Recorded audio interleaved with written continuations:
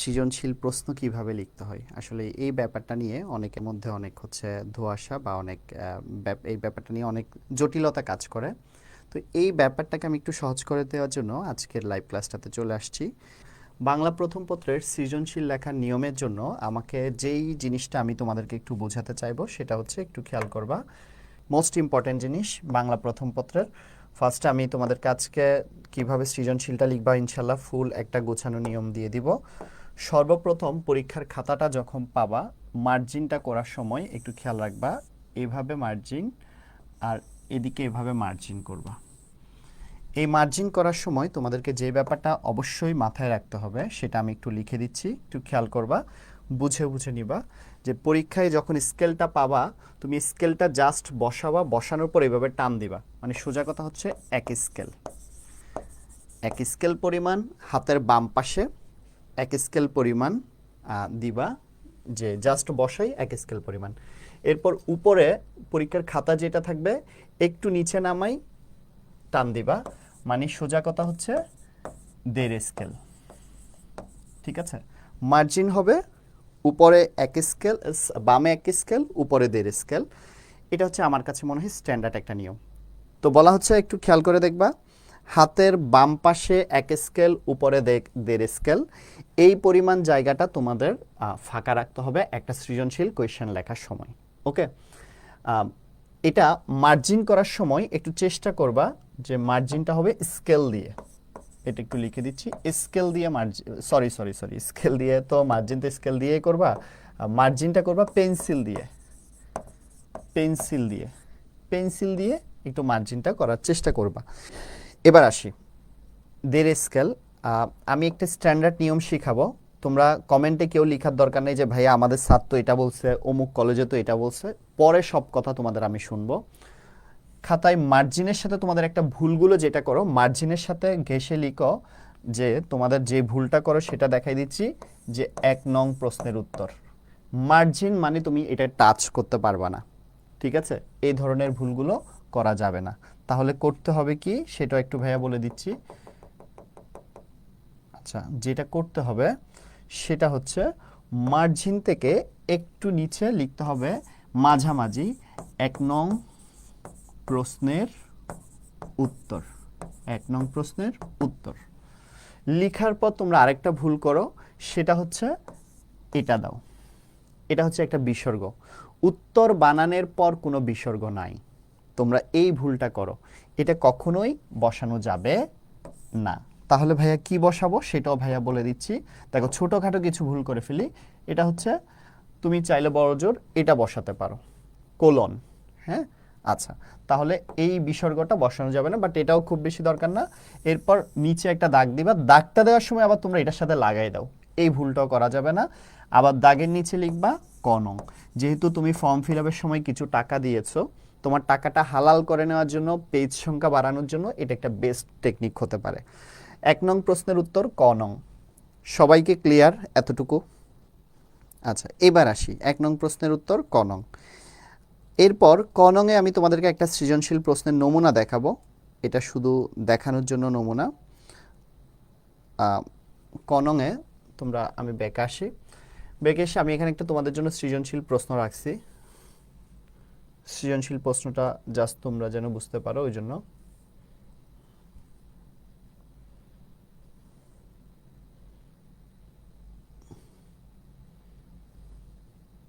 আচ্ছা, মনে করো এখানে একটা উদ্দীপক আছে, উদ্দীপকটা মোটামুটি সবাই ক্লিয়ারলি পড়তে পারি, আমি একটু দূর থেকে পড়ি তাহলে তোমাদের মনে হয় সুবিধা হবে। আচ্ছা, উদ্দীপকটা হচ্ছে, মা মরা ছোট মেয়ে লাবণী আজ শ্বশুর বাড়ি যাবে, সুখে থাকবে এই আশায় দরিদ্র কৃষক লতিফ মিয়া আবাদের সামান্য জমিটুকু বন্ধক রেখে পণের টাকা জোগাড় করলেন, কিন্তু তাতেও কিছু টাকার ঘাটতি রয়ে গেল। এদিকে বাবা পারভেজের এদিকে বর পারভেজের বাবা হারুন মিয়ার এক কথা সম্পূর্ণ টাকা না পেলে তিনি ছেলেকে নিয়ে চলে যাবেন। বিষয়টি পারভেজের কানে গেলে সে বাপকে সাফ জানিয়ে দেয় সে দরদাম বা কেনাবেচার পণ্য নয়, সে একজন মানুষকে জীবনসঙ্গী করতে এসেছে, অপমান করতে নয়। ফিরতে হলে লাবণীকে সঙ্গে নিয়ে বাড়ি ফিরবে।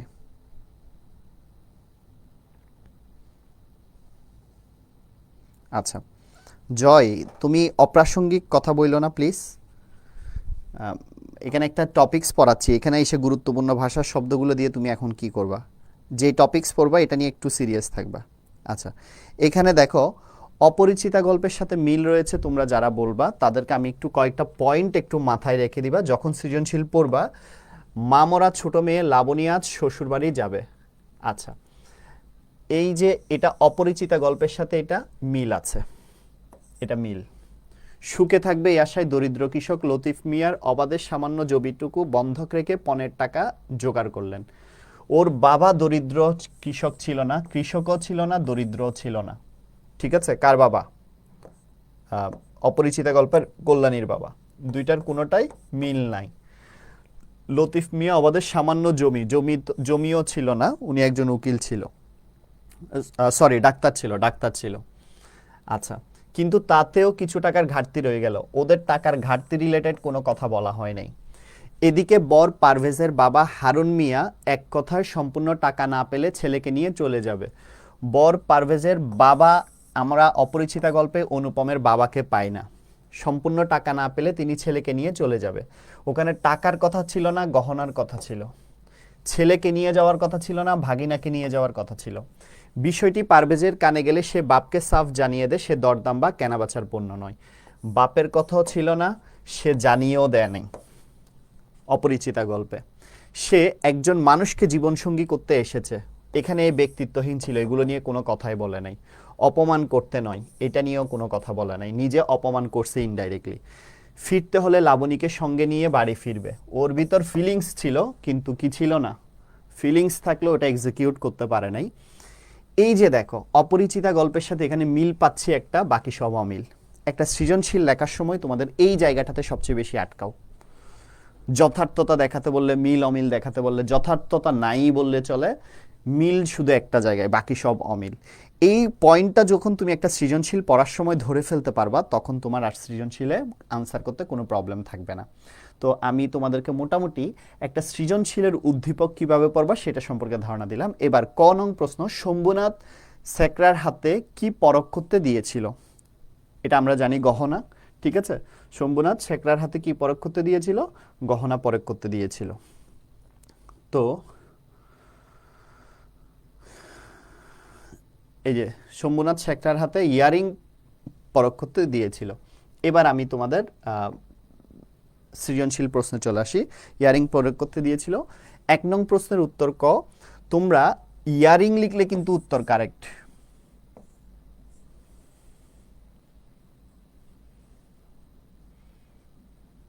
আচ্ছা, তোমরা উত্তরে যদি ইয়ারিং লিখো তাহলে কারেক্ট, কিন্তু এই ইয়ারিং লিখে তুমি স্যারকে বুঝতে দেওয়ার দরকার নেই যে তোমার স্টুডেন্ট হিসেবে তোমার যোগ্যতা অ্যাকচুয়ালি স্বয়ংসম্পূর্ণ নয়, এটা বুঝতে দেওয়ার দরকার নেই। তুমি লিখবা, একটু খেয়াল করবা, আমি যেহেতু ব্যাকগ্রাউন্ড কালো আমি সাদা কালি দিয়ে লিখতেছি। শম্ভুনাথ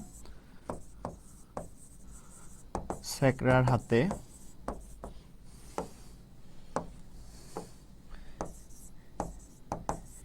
ইয়ারিং পরখ করতে দিয়েছিল, পরখ করতে দিয়েছিল। আচ্ছা, আমার এই জায়গাটা আমি তোমাদেরকে বুঝাতে পারছি কিনা আমি জানি না। শম্ভুনাথ সেকরার হাতে ইয়ারিং পরখ করতে দিয়েছিল, এই যে এক নং প্রশ্নের উত্তর ক লেখার সময় সবচেয়ে ইম্পর্টেন্ট যে নোটিসটা তোমাদের একটু মাথায় রাখতে হবে, একটু ভাইয়ারা খেয়াল করবা। এটা একটা পেজের হাফ অংশ 0.5, এটা হচ্ছে 0.25, মানে 4 ভাগের 1 অংশ। এই 4 ভাগের 1 অংশ থেকে যে কোনো একটা কোয়েশ্চেন বা যে কোনো একটা প্যারা শুরু করার সময় তোমরা এই পেজটার 4 ভাগের 1 অংশ যেখানে, এই জায়গা থেকে শুরু করবা। 4 ভাগের 1 অংশ মানে মার্জিন থেকে না, একটু ডান পাশ থেকে সরে লিখবা। ঠিক আছে, শম্ভুনাথ সেকরার হাতে ইয়ারিং, যেটা কোয়েশ্চেনের আনসার, আনসারটা ব্লু পেন দিয়ে লিখবা, আনসারটা ব্লু পেন দিয়ে লিখবা, ব্লু পেন দিয়ে আনসারটা লিখবা।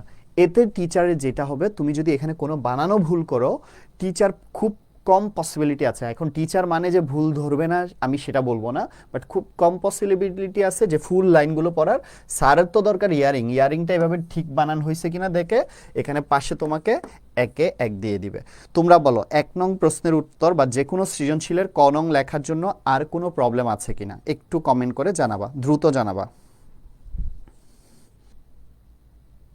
ওকে, আচ্ছা, এই ব্যাপারটা নিয়ে মনে হয় আসলে কারোর মধ্যে আর কোনো জটিলতা নাই। আমরা ক নং প্রশ্ন কিভাবে প্রেজেন্টেশন করলে মোটামুটি স্বচ্ছ হবে বা ভালো হবে। আচ্ছা, শাকিল হাওলাদার বলতেছে তার কমেন্ট পড়ি না, এই যে পড়ছি। ঠিক আছে, না ভাইয়া বুঝতে পারছি ক্লিয়ারলি, সবাই ক্লিয়ার। শাকিল হাওলাদার সালাম দিছে, ওয়ালাইকুম আসসালাম। ওকে, এবার আসি 1 নং প্রশ্নের উত্তর এবং ক নং নিয়ে কারো সমস্যা নেই। এবার আসি খ নংয়ে যাব। খ নংয়ের জন্য আমি আবার সেট আপটা ঠিক করি। ওকে, এবার আসি খ নংয়ের জন্য।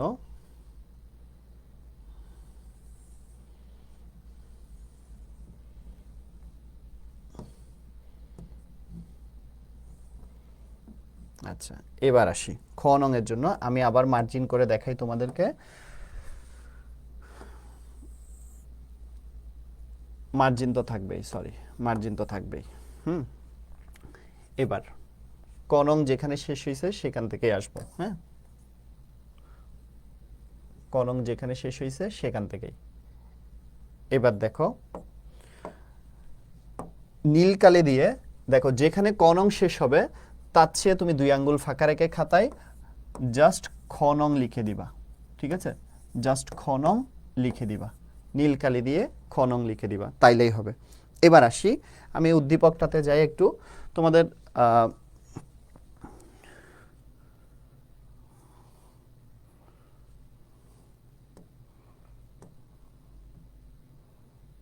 উদ্দীপকে কি বলছে?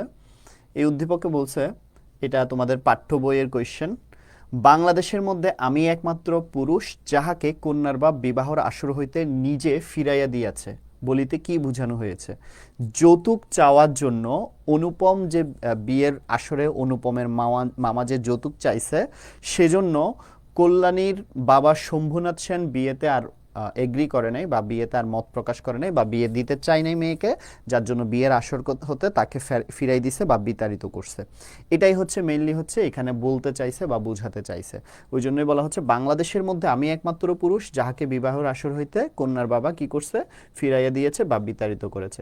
এবার এটার কোয়েশ্চেনের উত্তরটা কিভাবে লিখবো? আমি এই জায়গায় একটা কোয়েশ্চেনের উত্তর আছে।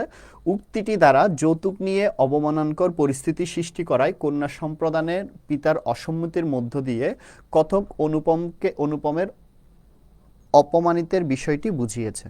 ঠিক আছে, আচ্ছা, তাহলে দেখো মেইন কথা হচ্ছে কি, উক্তিটি দ্বারা যৌতুক নিয়ে অবমাননকর পরিস্থিতি সৃষ্টি করায় কন্যা সম্প্রদানে পিতার অসম্মতির মধ্য দিয়ে অনুপমকে অপমানের কথা।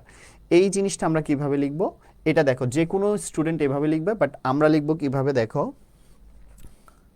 যে কোনো কোয়েশ্চেনের, এই যে বলছিলাম, এটা যদি একটা মার্জিন হয়, আমি সরি, এই যে এটা যদি একটা মার্জিন হয়, মার্জিনের 25%, মানে 4/1 এখান থেকে লিখবো। কিভাবে লিখবো একটু খেয়াল করে দেখো।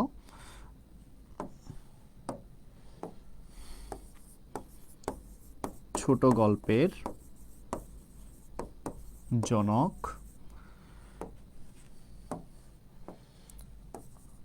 রবীন্দ্রনাথ ঠাকুর, ব্র্যাকেটে 1861 থেকে 1941, ছোট গল্পের জনক রবীন্দ্রনাথ ঠাকুর রচিত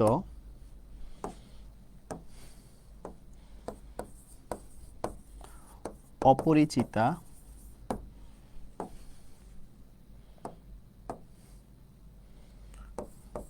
গল্পে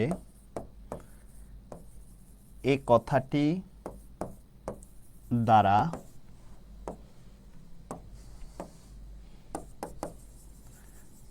বিবাহর আসরে কন্যার পিতা কন্যা সম্প্রদানে অসম্মতি জানানোর মাধ্যমে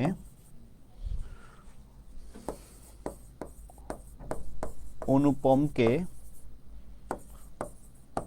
অপমানিত করে বিতাড়িত করার কথা বলা হয়েছে। শেষ। দেখো খাতায় প্রেজেন্টেশনটা হবে এরকম। কীরকম একটু ভাইয়েরা খেয়াল করে দেখবা, তোমরা যেই জিনিসগুলো নর্মালি খেয়াল করো না সেটা একটু খেয়াল রাখবা। যে কোনো খ নং প্রশ্নের উত্তর মনে রাখবা 2 প্যারা হবে, 2 প্যারার বেশি হবে না। প্যারা কিভাবে বুঝবা? এই যে ডান পাশ থেকে শুরু করছি, এটা 1 প্যারা। এখন এটা 2 প্যারা কিভাবে করব একটু আমি তোমাদেরকে দেখাই।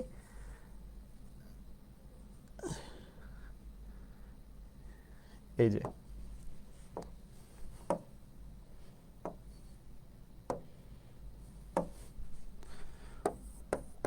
অনুপম যখন বিয়ের আসরে যায়, এরপর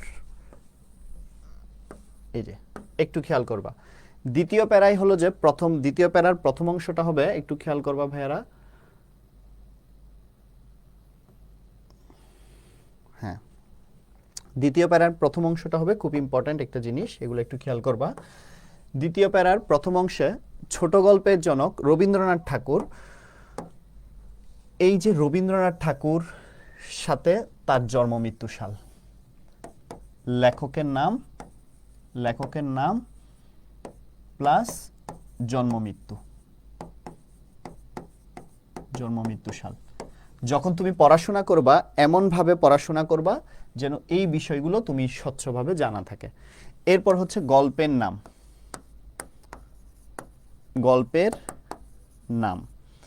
এরপর হচ্ছে মূল উত্তর। এই 3টা জিনিস আমরা সব সময় ব্লু পেন দিয়ে লেখার চেষ্টা করব, মানে নীল কালি দিয়ে।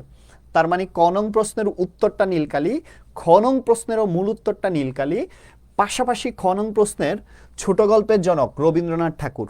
এখন যদি সোনারতরী থেকে কোয়েশ্চেন আসতো আমি তখন ছোট গল্পের দিতাম না, দিলে ভুল হতো না। আরেকটু স্ট্যান্ডার্ড করার জন্য, আমি যে অনেক জানি এটা বোঝানোর জন্য তখন লিখতাম বিশ্বকবি রবীন্দ্রনাথ ঠাকুর। এখন যদি আসে শরৎচন্দ্র চট্টোপাধ্যায়, তখন লিখতাম কি? ছোট গল্পের জনক তো নিশ্চয়ই লিখতাম না, তখন লিখতাম বিখ্যাত কথা সাহিত্যিক, ঠিক আছে? বা উপন্যাসিক, মানিক বন্দ্যোপাধ্যায় আসলে উপন্যাসিক লিখতে পারি। তারপর হচ্ছে বঙ্গবন্ধু শেখ মুজিবুর রহমান আসলে কি? বাঙালি জাতির জনক, এভাবে লিখতে পারি। তো এইভাবে যখন লিখবো, প্রেজেন্টেশনে লেখকের নাম, মৃত্যু সাল এবং গল্পের নাম সবসময় নীল কালি দিয়ে লিখব।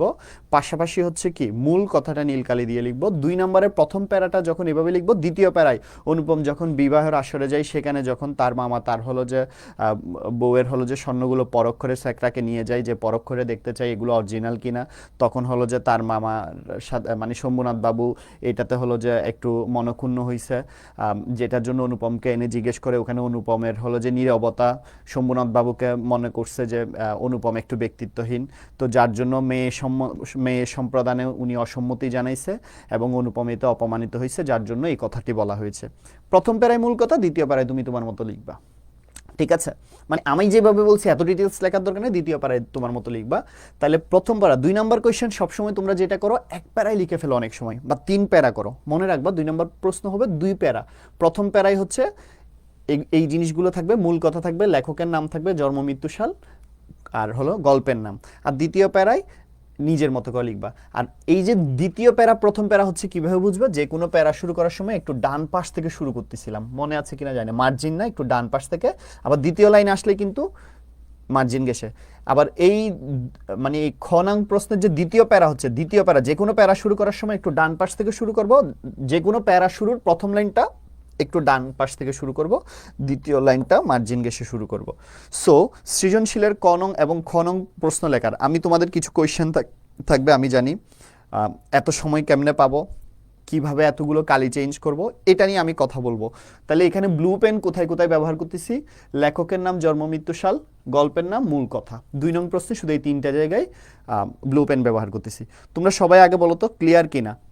টাইম ম্যানেজমেন্ট বা অন্যগুলো নিয়ে আমি পরে কথা বলছি, শুধু বলবা যে পড়া এই যতটুকু বুঝাইছি বুঝছো কিনা এটা আমাকে জানাও, দ্রুত জানাও প্লিজ। আচ্ছা ক্লিয়ার, বুঝতে পারছি। ওকে, সবাই ক্লিয়ার। তাহলে ক নং প্রশ্ন গেল, খ নং প্রশ্ন গেল সৃজনশীলের। আচ্ছা এবার আসি গ নং প্রশ্নে। ওকে, এবার আসি, ক খ গেল, এবার গ নং। গ নং প্রশ্ন সেমভাবে আমরা নীল কালি দিয়ে হেডলাইন দিব গ নং। এখন এখানে গ নং এ কি বলছে একটু দেখি আমরা, এই কোয়েশ্চেনের গ নং এ কি বলছে এটা একটু দেখি। এই প্রশ্নের গ নং এ বলছে হচ্ছে অনুপম ও পারভেজের চারিত্রিক বৈশিষ্ট্যের বৈপরীত্য ব্যাখ্যা করো। আমি কিন্তু একটু আগেই তোমাদেরকে বলছিলাম যে অনুপম এবং পারভেজের চরিত্রের, এই যে অনুপম ও পারভেজের চরিত্রের বৈচারিত্য যখন মানে চারিত্রিক বৈশিষ্ট্যের বৈপরীত্য মানে বিপরীত দিকটা, তো বিপরীত দিক তো আগাগোড়াই বিপরীত দিক ছিল, শুধু হলো যে প্রথম লাইনটা ছাড়া। এটা আমি তোমাদেরকে এক্সপ্লেইন করছিলাম। সো এখানে গিয়ে উত্তর লেখার সময় আমি তোমাদের নর্মালি সৃজনশীল যখন লিখো তোমরা তখন সেখানের উত্তরগুলোতে কি থাকে সেটা একটু দেখাই। সেখানের উত্তরগুলোতে থাকে এই যে এই অংশটা এভাবেই থাকে।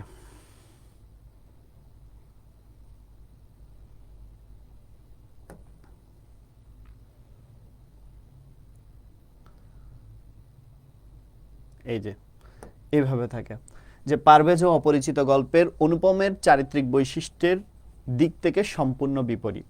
তাইলে ফার্স্টে বিপরীত আছে কিনা সে কথাটা একটু লিখে দিবা।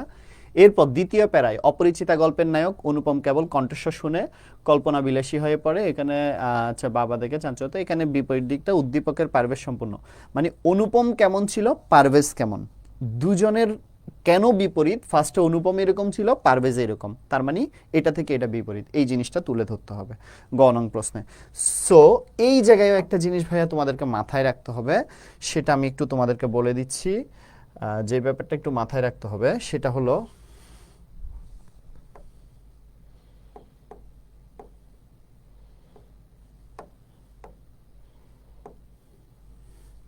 আচ্ছা এই জায়গায় যে ব্যাপারটা মাথায় রাখতে হবে, গ নং প্রশ্ন লিখবা ওই সেম ভাবে আগের মতো খ নং এর মতো, মনে রাখবা খ, গ আর ঘ এই তিনটা কোয়েশ্চেনের প্রথম প্যারা অলমোস্ট সেম, প্রথম প্যারা অলমোস্ট সেম, ঠিক আছে? তাহলে কিভাবে দিব একটু খেয়াল করো, এখানেও লিখবো এরকম বিশ্বকবি, আচ্ছা বিশ্বকবি লিখবো না, লিখব ছোট গল্পের জনক, ছোট গল্পের জনক নীলকালি দিয়ে রবীন্দ্রনাথ ঠাকুর, ব্র্যাকেটে লিখব 1861 থেকে 1941 রচিত। শুনো একটা জিনিস মনে রাখবা, যে কোনো সময় গল্পের নাম লেখার সময় ইনভাইটেড কমা দিবা। অপরিচিতা, গল্পের নামটা সব সময়, গল্পের নাম হোক কবিতার নাম হোক, নীলকালি দিয়ে লেখার চেষ্টা করবা। গল্পের অনুপম ও উদ্দীপকের পারভেজের চারিত্রিক বৈশিষ্ট্য সম্পূর্ণ বিপরীত, সম্পূর্ণ বিপরীত।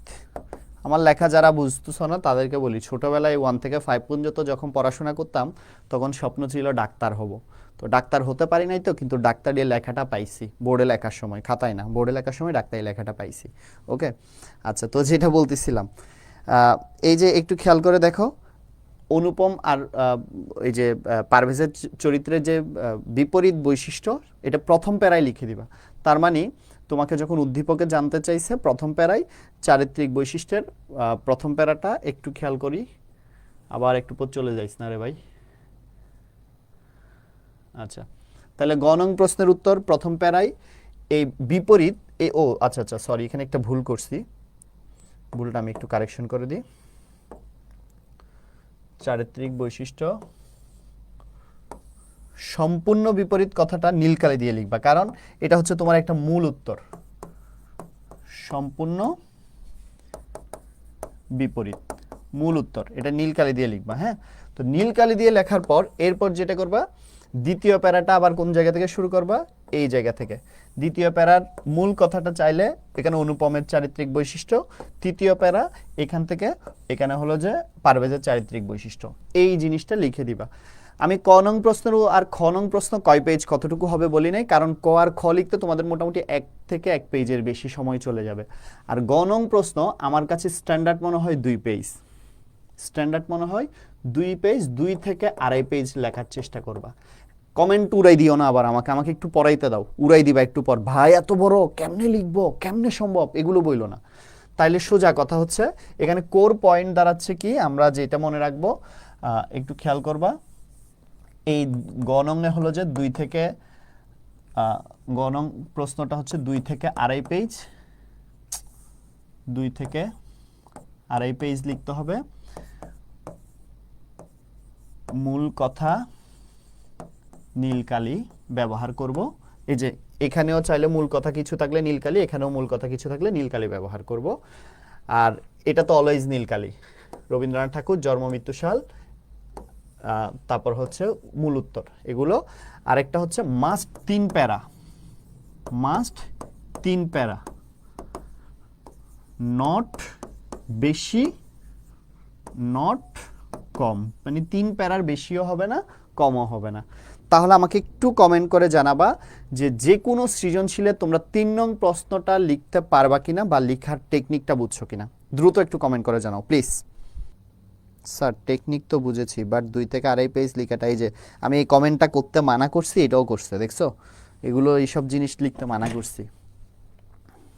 কিছু পেতে হলে কিছু দিতে হয়, তুমি মার্কস বেশি পাবা অন্য স্টুডেন্টের চেয়ে, আর লিখবা অন্য স্টুডেন্টের মতো, কেমনে হবে, একটু কষ্ট তো করতে হবে। আচ্ছা, এবার আসি গ নং শেষ, এবার আসি ঘ নং প্রশ্নটা কিভাবে লিখবো। হ্যাঁ, ঘ নং প্রশ্নটা কিভাবে লিখবো। ওকে, ঘ নং প্রশ্নটা যেভাবে লিখবো সেটা একটু তোমাদেরকে দেখাই দিই।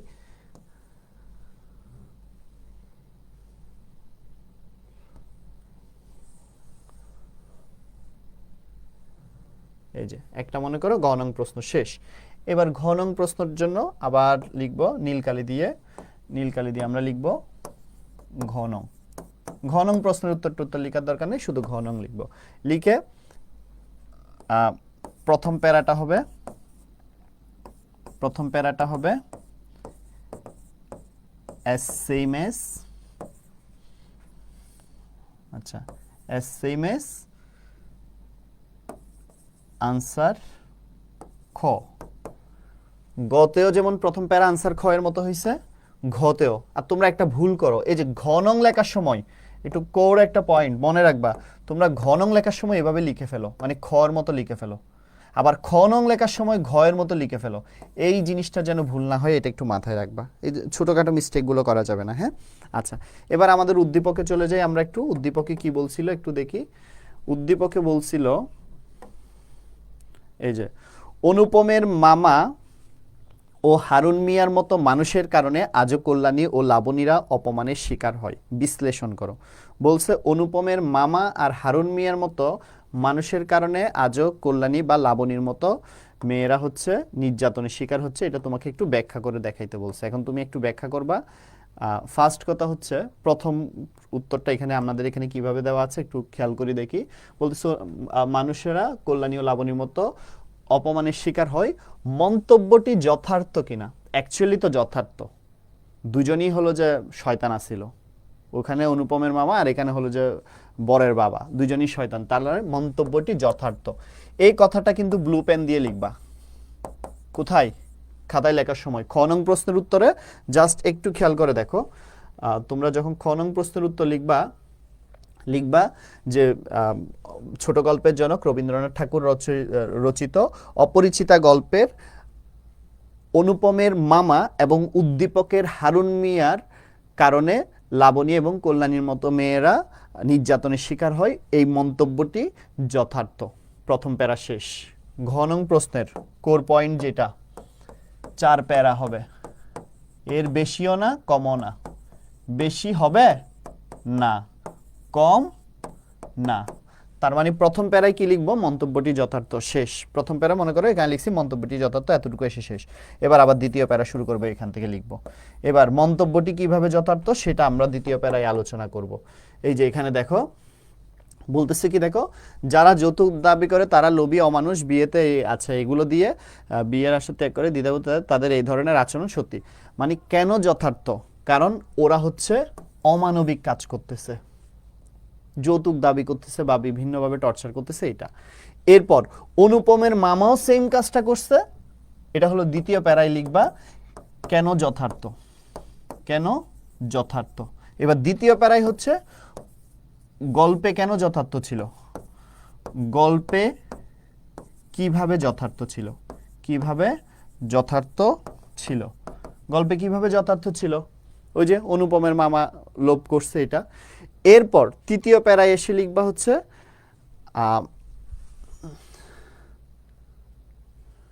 তৃতীয় প্যারায় এসে লিখবা হারুন মিয়া যেভাবে যথার্থ করছে, হারুন মিয়া যেভাবে যথার্থ করছে এটা লিখবা। তাইলে দেখো, অথবা তোমরা আবারও বলতেছি 4 নং প্রশ্নের উত্তর প্রথম প্যারায় যথার্থ কিনা তোমাকে যুক্তি দেখাতে বলবে, যে যুক্তি নির্মে তুলে ধরা হলো।